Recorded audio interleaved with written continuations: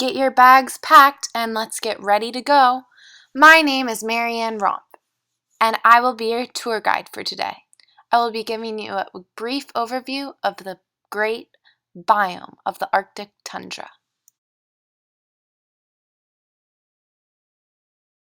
The Arctic tundra encircles the North Pole and extends south to the coniferous forests of the Taiga Falls between two other major biomes, the taiga and ice caps.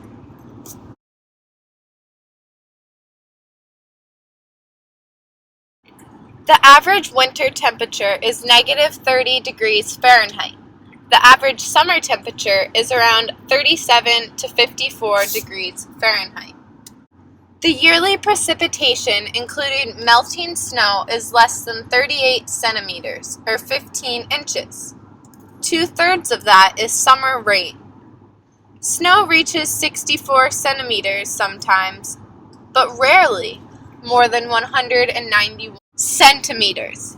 There is generally higher annual precipitation in the Arctic tundra than the alpine tundra. The Arctic tundra follows the northern edge of the coniferous forest belt in North America. This line lies above the latitude 60 degrees north, while in Eurasia, most of it occurs north of the 70 degrees north line, except in eastern Siberia, where it extends southward to 60 degrees north in Kamchatka. The high Arctic tundra is essentially confined to the islands of the Arctic Ocean and characterized by scattered lichens and mosses on bare rock surfaces. The middle Arctic tundra is restricted to the Arctic coastal plain, where level terrain, a thin active layer, and freeze and thaw result in patterned ground or rock polygons. The sorting of particles by freeze-thaw activity results in a waterlogged center to the polygons. It's a microhabitat conducive to moss and sedges, in an outer ring that is drier and provides a microhabitat favorable to forbs and some dwarf heaths. The low Arctic tundra is the majority of the tundra, where it lies on better drained slopes with greater depth to permafrost that is encountered on the Arctic coastal plain. Here, there is a greater frequency of woody shrubs, willow, birch, and various berry-bearing members of the heath family. Along streams, willows and alders may be 10 feet high. On south-facing slopes, needle-leaf evergreen trees, spruce and fir, are established and represent the northernmost extensions of the Great Boreal Forest to the south. Strong winds, little rainfall, short summer days, long and cold winters, soil, permafrost layer, a layer of permanently frozen subsoil, and poor soil are limiting factors of the Arctic tundra.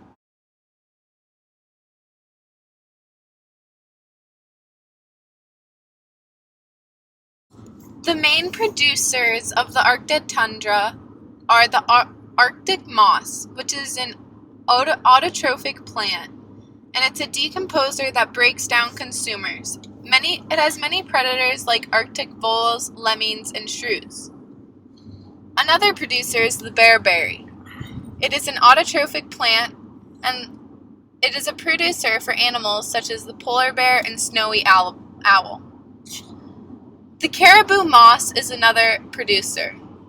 It is an autotrophic plant and a producer, and the main predator is the caribou. The caribou moss is a decomposer, and it breaks down meat. The pasque flower is an autotrophic plant and producer, and the predators are the Dall sheep, the turfed saxifrage, and the Arctic hare and the Arctic ground squirrel. Lichen is an autotrophic plant and producer, and the main predator is the musk oxen. Lichens are decomposers in the Arctic tundra and break down dead organisms.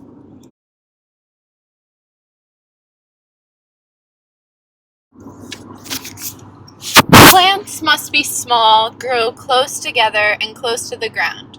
It protects them from the cold temperatures and strong winds.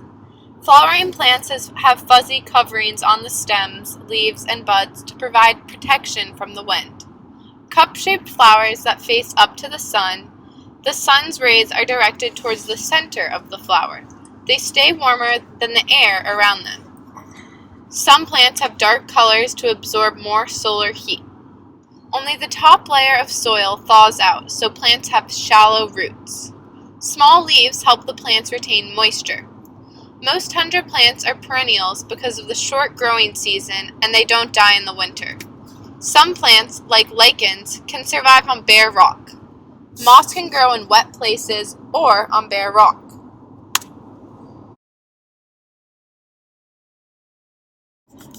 The animals of the Arctic tundra must have many adaptations to adapt to the harsh conditions.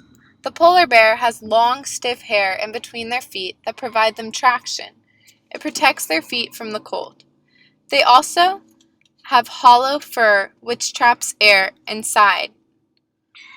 They have small rounded ears preventing water from entering their ears. They have a thick layer of fat, and they have skin under their fur that is black for better heat retention.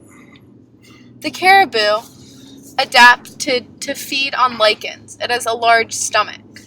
The outside hair is hollow and acts as an insulating layer to conserve body heat and allows them buoyancy when swimming. The Arctic fox's coat changes color. In the summer, the fur is reddish-brown to act as camouflage, and in the winter, it turns white to blend in the snowy environment. The walrus has large tusks used for defense.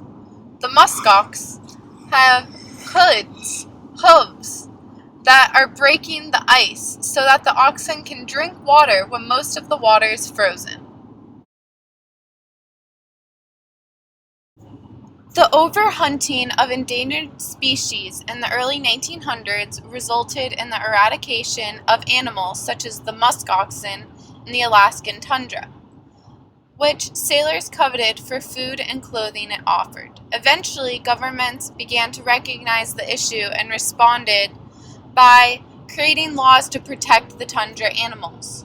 Because of this, musk oxen and caribou numbers are slowly rising again in places such as Canada where they were once close to extinction.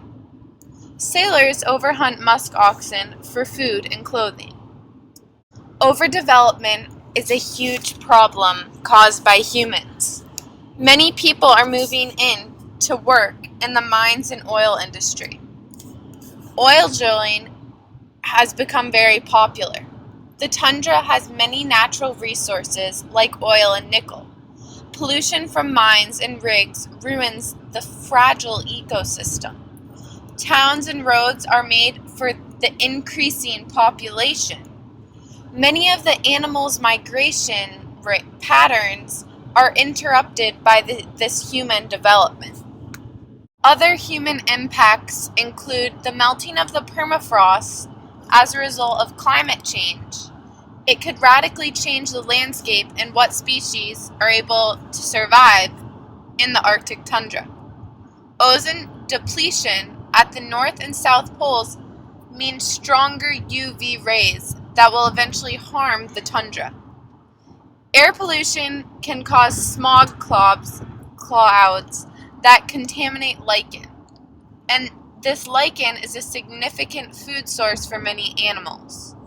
The exploration of oil, gas, and minerals and construction of new pipelines and roads can cause physical disturbances and change the ecosystem. Oil spills can kill wildlife and significantly damage the tundra ecosystems. Buildings and roads put heat and pressure on the permafrost, causing it to melt, and therefore radically changing the landscape of the tundra. Global warming, or climate change, and melting glaciers and permafrost flood areas and destroy plant species. There are solutions to these problems. Switch to alternative energy, uses to minimize human-made global warming or climate change. Establish protected areas and park reserves to restrict human influence. Limit road construction, mining activities, and the building of pipelines near the tundra. Limit tourism and respect the local cultures of the Arctic tundra. Also, limit the use of greenhouse gases and CHCs.